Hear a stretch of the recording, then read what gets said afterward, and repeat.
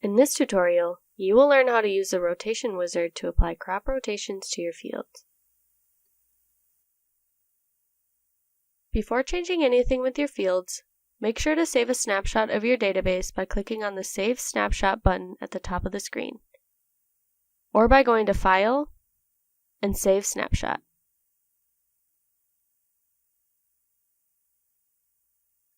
Click OK once you've saved your snapshot.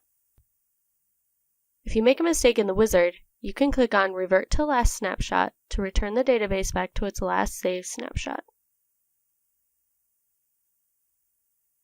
Begin by opening up the rotation wizard through the cropping screen. Select Add Crop and Application Data to Fields and click Next. If you followed the last tutorial on creating a rotation in the rotation wizard, you should already have several rotations in place ready to be applied to your fields. Select a rotation, and then select what fields you'd like to apply your rotation to.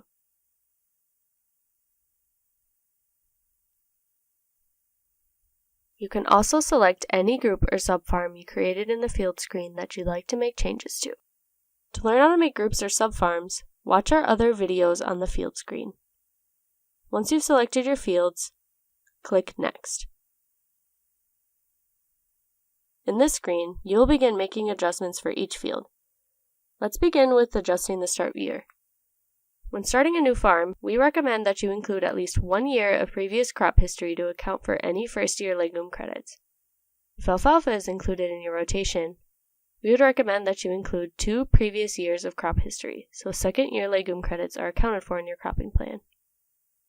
To change the start year, use the drop-down menu for each field in the start year column. Or to change the start year for all fields, select All, and then click on the header for the start year column and select a start year for all fields. Click on All again to deselect all fields. Now you need to select what year in the rotation you'd like each field to be in. The rotation is listed on the bottom of the window with corresponding numbers for each year in the rotation. For example, if you want your crop for 2020 to be first-year corn but have a start year of 2018, the field will have been in year 6 of the rotation in 2018.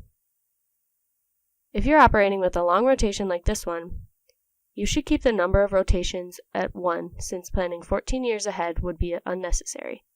But repeating the rotation may be useful if you have a rotation that is just a few years.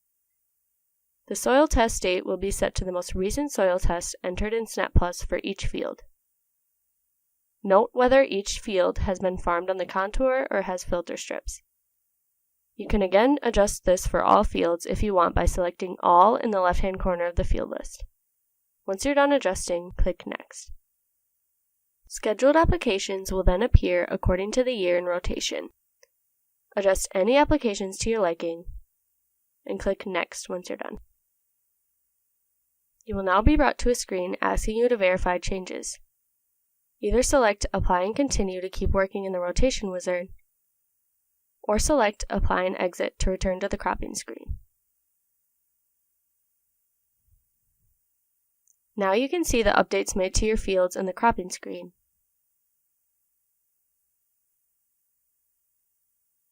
If you find you need to change planned crop management or applications after applying the rotation, please refer to the next tutorial on how to make edits in the rotation wizard. This is the end of the tutorial on how to use the rotation wizard to apply rotation plans to your fields.